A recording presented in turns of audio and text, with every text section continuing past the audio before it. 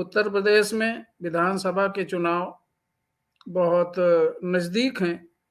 सभी पार्टियां अपनी अपनी रणनीति बना रही हैं, लेकिन बहुजन समाज पार्टी और उनकी नेता बहन कुमारी मायावती जी द्वारा जो रणनीति चुनाव की तैयार की जा रही है, वो बड़े काबिले तारीफ है। मैं अभी हाल के 2 दिन पहले उत्तर प्रदेश के 2-3 जनपद कानपुर, फतेहपुर और इलाहाबाद के कुछ विधानसभा क्षेत्रों में गया था। मेरा गृह जनपद है कुछ काम से, तो वहाँ मैंने काफ़ी जायजा लिया, जानकारी ली, लोगों से पूछा। एक हुसैनगंज, फतेहपुर में एक हुसैनगंज जो मेरा गांव है, जहाँ पर मैं वहाँ पे गया, एक मुस्लिम कैंडिडेट हैं। तो एक तरफा चुनाव लग रहा है, क्योंकि वहाँ के मुस्लिम समाज के लोग और अनुसूचित जाति के लोग, अति पिछड़े वर्ग के लोग, सवर्णों में से चाहे ब्राह्मण हो चाहे तमाम लोग, एक लोगों के अंदर एक जज्बा ऐसा पैदा हो रहा है जो भाजपा के अगेंस्ट उनके दिमाग में एक घर कर गई है ये भावना कि भाजपा को हमें जीतने नहीं देना है, उसके कैंडिडेट को। वहाँ का एक प्रत्याशी ठाकुर समाज से हैं और वो मंत्री भी हैं, तो उनकी गुंडई, उनकी जो दादागिरी है, वो किसी से छिपी नहीं है।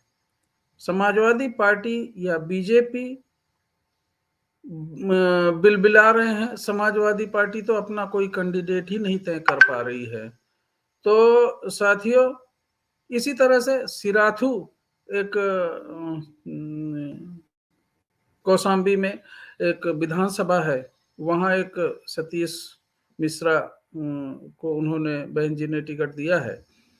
उनकी सीट बहुत ही मजबूत नजर आ रही है, वो बड़े दमखम के साथ लड़ रहे हैं। जहानाबाद में एक ब्राह्मण प्रत्याशी हैं, पांडे, जो लगभग लोग मान के चल रहे हैं कि इनकी जीत बिल्कुल तय है। हसुआ विधानसभा क्षेत्र है, तो वहाँ पर पाल समाज के, लोधी समाज के अयोध्या प्रसाद लोधी जी को टिकट फाइनल किया गया है, जो पहले भी जीत चुके हैं, 2 बार जीत चुके हैं। उनकी इमेज एक अच्छे नेता के रूप में है, अच्छी उनकी इमेज है और उनका भी जीतना लगभग तय है।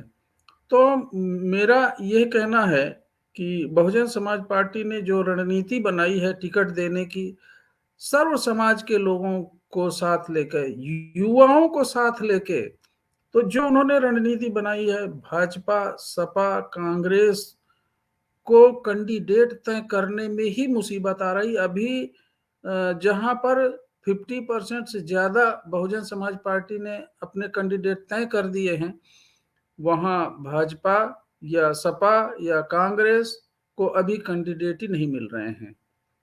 तो अभी इन्होंने घोषणा ही नहीं की, अभी तय ही नहीं किया है। तो जो समीकरण है, चाहे वो जातीय समीकरण हो या मुद्दों के आधार पे या लॉ एंड ऑर्डर के आधार पे, जो बहुजन समाज पार्टी का पिछला शासन रहा है, बहुजन समाज पार्टी की नेत्री बहन कुमारी मायावती जी का जो शासनकाल रहा है, सब लोग उसकी सराहना कर रहे हैं। और यह समीकरण जो 2007 में हुआ था, पूर्ण बहुमत की सरकार बनी थी, तो इस बार भी क्षेत्र में अगर हकीकत रूप से जमीनी आधार पे अगर अध्ययन किया जाए, पूछताछ की जाए, तो लोग मुद्दों के आधार पे, चाहे मुद्दे क्या हैं, चाहे लॉ एंड ऑर्डर का मामला हो, चाहे बेरोजगारी का मामला हो, चाहे महंगाई का मामला हो, चाहे शिक्षा के प्रति जो गंभीर इस समय समस्याएं आ रही हैं, स्वास्थ्य के प्रति जो समस्याएं आ रही, इन सब को मुख्य रूप से आधार बनाकर, और पार्टी जातिगत आधार पे तो जो चुनाव होता था वो तो है ही, लेकिन मुद्दों के आधार पे भी लोग सोचने को मजबूर हैं। और सर्व समाज के लोग बहन मायावती जी की लोकप्रियता सर्व समाज में बनती जा रही है। वो हर समाज के लोग इस बार मेरा ये मानना है कि प्रदेश ही नहीं पूरे देश की राजनीति में एक परिवर्तन दिख रहा है कि लोग अब जातीय जातियों के आधार पे जो तय करते थे ये हमारा है, ये इनका है, ये वो है, और बहन मायावती जी के प्रति लोगों की सोच अच्छी नहीं रहती थी, लेकिन लगभग काफी बदल चुकी है। जो अनुसूचित जाति या पिछड़े वर्ग या मुस्लिम समाज के जो वोट है, जो बेस वोट है, जो कभी भी 22-23% से कम नहीं हुआ, इसमें अन्य समाज के लोगों का वोट प्लस होने से, सर्व समाज के लोगों का वोट प्लस होने से हर सीटों पे जो समीकरण जीत का है वो बहुत ही सुनहरा दिख रहा है और बहुत अच्छा दिख रहा है। और यही लग रहा है कि बहुजन समाज पार्टी की इस बार पूर्ण बहुमत की सरकार बनने के आसार दिख रहे हैं। जमीनी हकीकत अगर अध्ययन किया जाए तो यही स्थिति सामने आ रही है। तो साथियों, मेरा आप सभी लोगों से अनुरोध है, मैं कोई पार्टी का प्रवक्ता या इस तरह से नहीं हूँ, लेकिन जो मैंने वहाँ पे अध्ययन किया वो निष्पक्ष रूप से आपके साथ शेयर कर रहा हूँ।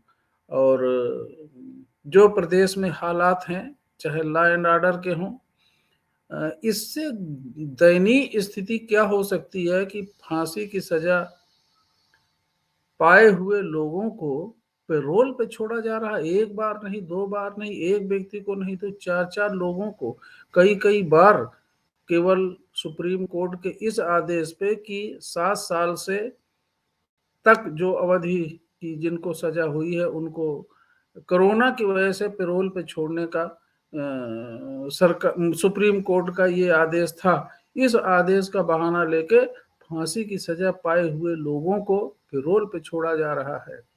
वहाँ के मुख्य सचिव ने माननीय न्यायालय के समक्ष इस बात को स्वीकार किया है कि गलती हुई है।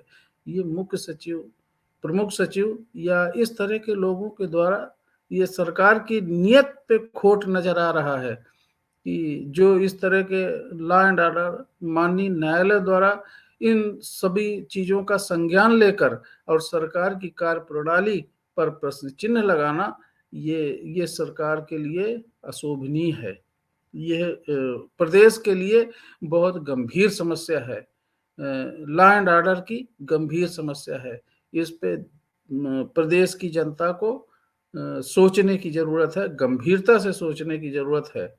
इस सरकार ने अपना अस्तित्व, अपना वजूद और अपनी जो कार्यप्रणाली है उस पे स्वयं प्रश्न चिन्ह लगाया है। ऐसी जो कार्यप्रणाली से ये लगता है कि सरकार की नीयत में खोट है।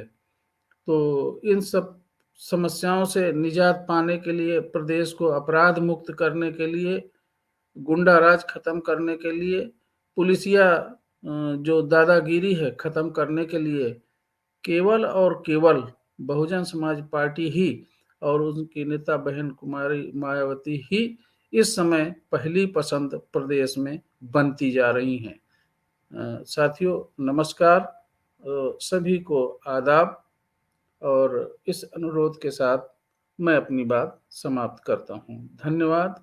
सबको मेरा पुनः नमस्कार, आदाब, जय भीम।